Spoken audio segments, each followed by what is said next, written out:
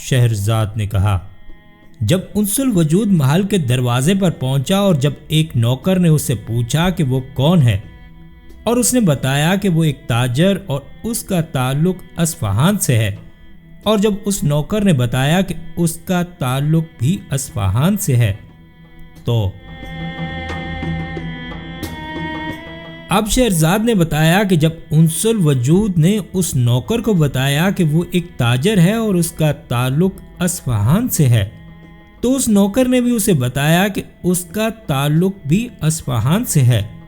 اس نوکر نے انس الوجود کو اپنی سرگزشت سناتے ہوئے مزید بتایا کہ وہاں میری ایک چچیری بہن ہے جس سے لڑک پن میں ہی مجھے عشق ہو گیا تھا، اور آٹھوں پہر میں اس کے لیے بے قرار رہتا تھا۔ اتفاقاً ایک قوم نے جو ہم سے زیادہ طاقتور تھی ہم پر حملہ کیا، اور غنیمت کے مال کے علاوہ میں بھی ان کے ہاتھ لگا۔ میں کم سن تو تھا ہی، ان لوگوں نے میرے خوسیے کاٹ کر خسی کر دیا اور بیچ ڈالا۔ اب میں اس حالت میں ہوں جیسا کہ تو دیکھتا ہے۔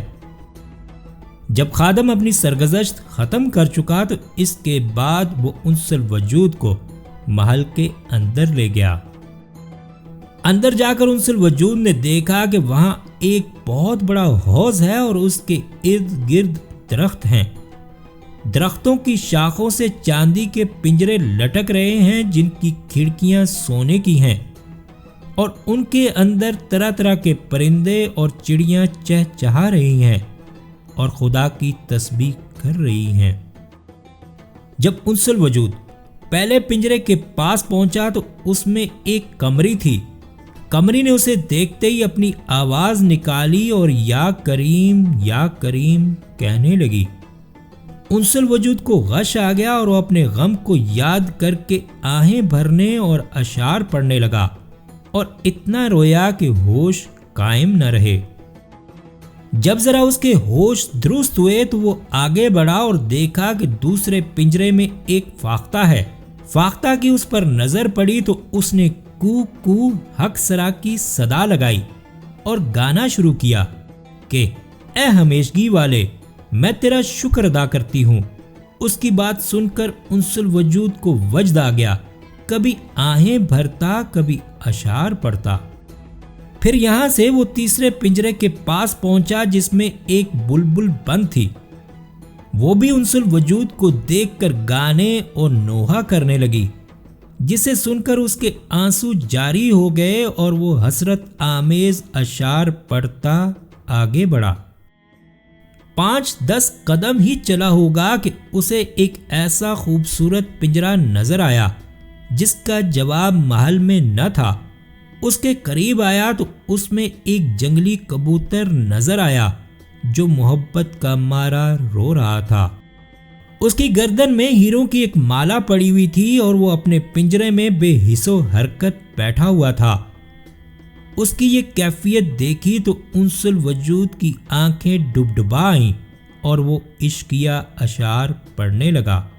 جب انس الوجود اشعار پڑھ چکا تو جنگلی کبوتر کو ہوش آ گیا اور وہ پھڑپھڑانے اور نوحہ کرنے لگا۔ اب انس الوجود نے اپنے دوست اس اصفہانی خادم سے مخاطب ہو کر پوچھا کہ یہ کیا محل ہے، اس میں کون رہتا ہے اور اسے کس نے بنایا ہے؟ اس نے جواب دیا کہ فلاں بادشاہ کے وزیر نے اسے اپنی بیٹی کے لیے بنایا ہے اور اسے اور اس کی سہیلیوں کو یہاں لا کر رکھا ہے تاکہ وہ زمانے کے حادثوں سے بچی رہے۔ اس محل کو سال میں ایک بار ہمیں کھولنے کا حکم ہے، اور وہ بھی صرف اس وقت جب اس محل میں کھانے پینے کا سامان اور دوسری ضرورت کی چیزیں لانی ہوں۔ اس کے علاوہ ہمیں اسے کھولنے کی اجازت نہیں۔ اس کی باتیں سن کر انس الوجود نے اپنے دل میں کہا کہ میری مراد پوری ہونے میں تو کوئی کسر باقی نہیں، لیکن اس کے پورا کرنے میں مجھے ایک مدت لگے گی، اور اس کو پورا کرنے کے لیے میں اپنی جان کی بازی لگا دوں گا۔ لیکن اس کو کیا خبر تھی کہ قسمت نے اس کے لیے کیا لکھ چھوڑا ہے۔ اسی زمانے میں جب کہ وہ ابھی اس جزیرے پر نہیں پہنچا تھا، وزیر زادی ورد فی الاکمام انس الوجود کے عشق میں نہ اسے کھانا پینا بھاتا، نہ بیٹھنا اور سونا۔ جب محبت کی بے چینی زیادہ ہوئی تو وہ اٹھ کر مکان کے چاروں طرف پھرنے لگی، لیکن اس کا کہیں جی نہ لگا اور اسے ہر چیز اداس نظر آئی اور اپنی بے بسی پر اس کے آنسو بہنے لگے۔ اب وہ چھت پر چڑھ گئی اور کپڑوں کی ایک رسی سی بنائی اور پھر اس کا ایک سرا جھروکے میں باندھ دیا اور ایک سرا اپنی کمر سے باندھ کر محل سے باہر نیچے زمین پر اتر گئی۔ اس وقت وہ اپنے بہترین لباس میں تھی اور گلے میں ہیروں کا ہار پڑا ہوا تھا۔ اب وہ جنگل اور بیابان میں سے گزرتی ہوئی سمندر کے کنارے پہنچی۔ وہاں اس نے ایک ماہی گیر کو دیکھا جسے کشتی میں مچھلیاں پکڑتے ایک طوفان نے لا کر اس جزیرے میں پھینک دیا تھا۔ جب ماہی گیر کی نظر ورد فی الاکمام پر پڑی تو وہ ڈرا اور کشتی میں بیٹھ کر بھاگنے لگا۔ جب لڑکی نے دیکھا کہ وہ بھاگنا چاہتا ہے تو اس نے اسے آوازیں دیں اور بہت اشارے کیے اور اسے عشق و محبت کی قسمیں دیں کہ وہ ایک قسمت کی ماری، عشق کے مرض میں مبتلا، بے یار و مددگار اپنے دلی محبوب کی تلاش میں جانا چاہتی ہے۔ کیا وہ اس کی مدد کرے گا؟ اس کی باتیں اور آہو بکا سن کر ماہی گیر بھی رونے اور آہیں بھرنے لگا اور اسے اپنی جوانی کا وہ زمانہ یاد آ گیا جب وہ محبت میں گرفتار تھا اور عشق اسے مارے ڈالتا تھا اور اس کی تمناؤں اور آرزوؤں کی کوئی حد نہ تھی۔ اب وہ کشتی کو کنارے پر لے آیا اور لڑکی سے کہا کہ سوار ہو جا اور جہاں تو چاہے گی میں تجھے پہنچا دوں گا۔